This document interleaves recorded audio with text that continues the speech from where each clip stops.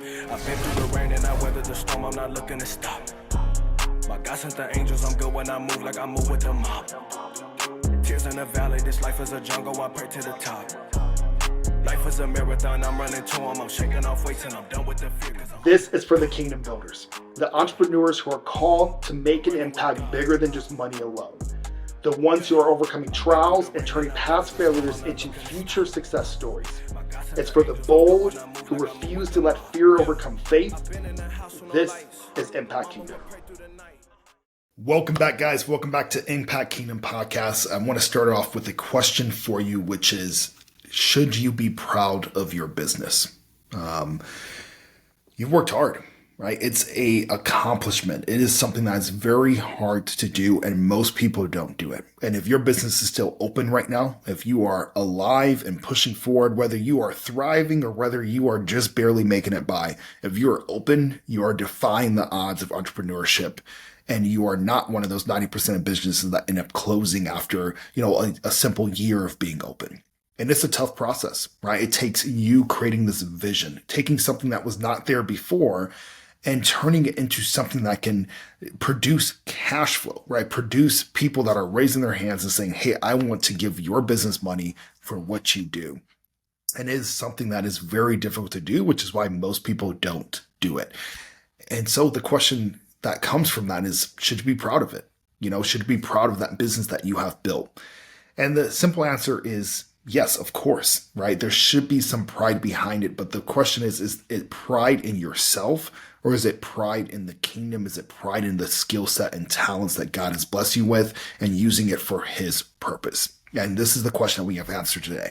And so today what I want to do is kind of walk through a little bit of Peter's journey. And so we look at Peter in the Bible, and he's a great example of He's a little bit of a great example of an entrepreneur, right? Someone who wants to be great, right? That's his desire. He wants to do something different. He wants to step out from his comfort zone. He's not worried about that. He will get uncomfortable. He speaks his mind. He's the loud mouth of the group. He's the guy that's constantly getting in trouble, sometimes getting rebuked by Jesus. And this is Peter, and this is Peter's journey. And this is something where we see pride really plays a role in Peter's journey, and is something that we can learn from as kingdom builders, as entrepreneurs. And to start about Peter's journey, let's talk about one of the biggest failures that he has faced. And it's right after Christ is arrested, right? He's arrested in the garden, and he's taken up, and he's being interrogated, right? He's being interrogated for things that he did not do, crimes that he did not commit, but this is when Christ is taken. And Peter is outside. He's outside during all this. He's probably by a fire, right? Like he's outside where there's a crowd of people who are kind of seeing what's going on, what's happening to Jesus. Is this Jesus person bad? Is this Jesus person what the Pharisees say that he is? And someone looks to him in that crowd and says, hey, aren't you the guy that was with Christ? And what does Peter do? He denies him. He says, no, that was not me. You're mistaken. He's asked a second time. Same answer. No, that was not me. You're mistaken. Third time. No, that was not me. You're mistaken. And what happens from there? Peter realizes that what Jesus had said earlier was true, that 3 times you shall reject me. 3 times you shall say you didn't know me. 3 times you will not, you're not own up to it, right? You'll make up a lie about knowing who I am. And this was a huge failure on Peter's part. And I couldn't even imagine what he must have felt like when he realized how low he has sunk and how much he has failed and how he's rejected who he just had recently called the Messiah. And the beautiful part is, because of God's grace and because of the grace that we have in Christ, the story does not end there. But it's a great example of what happens when we let pride lead our way. And so let's kind of back it up here and let's kind of walk through some highlights on Peter's journey. And the first one we get is when Peter is first originally called by Christ. And this is an interesting one because Peter was originally named Simon. And so he's on a boat fishing when he's called by Christ, and Christ comes up to the shore, and Peter sees him, and all Christ has to say is, follow me. And what does Peter do? He jumps out of that boat. He sprints towards him like he is going on. He's going to leave his job, leave what he's doing to go and follow Christ, to follow the mission. And this is beautiful, right? This is a great example of us when we're called as entrepreneurs to a business, right? Or to an ideal or to something to start, to create something new. We get that calling. And if we're wise, right? If we're like Peter and we're brave and we're willing to kind of step out there in faith and take that risk, we are going to come to and we're going to follow, right? And then, we get that and we kind of follow this journey. And obviously there's some other things that Peter does here in between, this and the next part. But the next thing that we see from Peter is that there's a moment where Jesus is with the disciples and he asks them, he says, who am I, right? Who do other people say I am? They answer that. They say what everyone else says that he is. But then he asks to them, who to me, like who to you am I? And Peter is the one that gives the correct response here, right? And Peter says that he is the Messiah, right? He's the Son of God. That is who he is. And God changes his name to Peter from there. Like he gives him a well done. He tells him that, Peter, this is wise. This is something that God has shown you. And so this is a highlight for Peter, right? This is a win for Peter.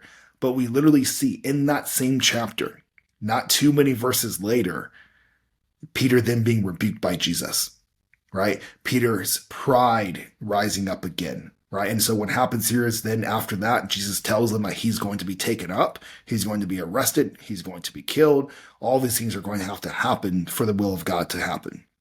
What is Peter's response? Right. Peter rebukes Jesus. Right. He rebukes him for speaking of this upcoming suffering and speaking this. And what does Jesus say back to Peter? He says, get behind me, Satan. Right. And so this is just another humbling moment for Peter. Peter's pride starts to rise and he gets humbled, right? And we see this happen again and again and again in his journey. We see this happen again when Peter's one of the people that gets taken up to the mountaintop, right? When Jesus is going up to the mountaintop and he meets with Moses and Elijah, and all this is happening on top of the mountaintop. Like an amazing scene is happening here, right? Could you imagine walking up a mountain with Jesus to see Moses and Elijah there? Right, and communicating. And so what does Peter do? Right, instead of just being there to worship and keep his mouth shut, Peter does not know what he's talking about, it says, and he interrupts them and says, hey, this is so good, right? This is a moment, let me make an offering to you three. Let me build you guys shelters so that we can stay up here. And what happens here? God interrupts Peter and pretty much tells Peter to shut up, listen to my son. And so again, Peter's pride is getting the best of him, right? He's stepping out in his pride. And when he steps out in his pride, we see how the response from God always is, right? It ends up with Peter being humbled. And then we get to the last part there, which is probably the most humbling part, which is when Peter denies Jesus 3 times before the rooster crows, just as Jesus has predicted, right? Just as Peter said it would not happen, right? His pride stands up. I will not do that. That will not be who I am. I will never deny you. I'm going to fight to the death for you, all these different things. And what happens? Peter ends up denying him just like Jesus predicted. And so we have 3 times here. 3 times we see this great disciple, this great man of faith, let his pride get ahead of him. And it always results in a deep failure, right? It results in being humbled. It results in realizing that he doesn't really know what he thinks he knows. Now, the perfect part about this redemption is that the story doesn't end there, right? We see in John, I want to say it's John 21, we see that after Jesus' resurrection, we see that Peter, he'll ask Peter something 3 times as well, which is really cool to see just the symbolism there, right? Peter denies him 3 times, and then Jesus asks Peter 3 times if he loves him, right? And this is after Peter's 3 denials. And so after this, we see the love and grace from Christ telling Peter to still step up. Peter, you're going to be a leader. If you love me, then your job is to feed my sheep. Your job is to, it's a restoring of his commission for Peter's ministry. And that's what Jesus leaves him on. And so we see him restored. We see his ministry restored, right? We see his calling restored. All the things are restored because at the end of the day, right, if we have love for Christ, if we are still Christians, if we're still, kingdom builders, right, if we're still there, we can be restored. And so why does this matter? Why am I asking you why you're proud of your business? Why am I telling you this story? And it's because, yes, there should be an element of pride in what we do, right? But that pride should not be from ourselves. Because if that pride is with ourselves, what happens is failure will come, right? We'll get taken out at the legs. And it's really an act of grace. Right? It's a humbling that we need because we're letting our pride build. And pride happens before the fall.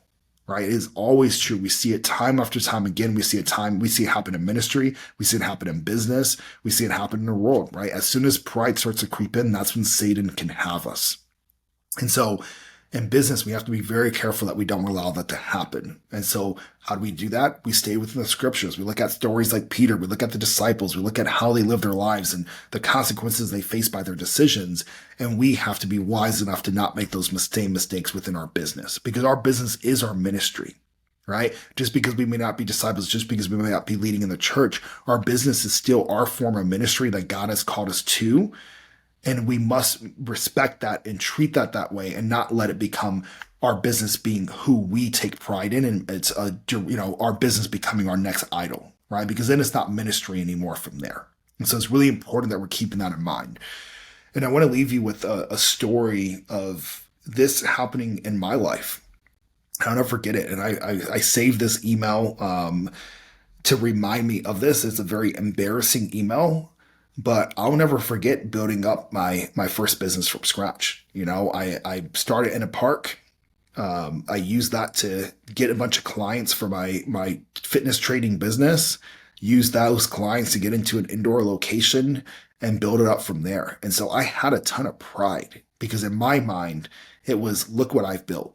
Look what I started from scratch, right? No one gave me a handout. I built this thing from literally ground up, literally from outside in a park to inside into a location.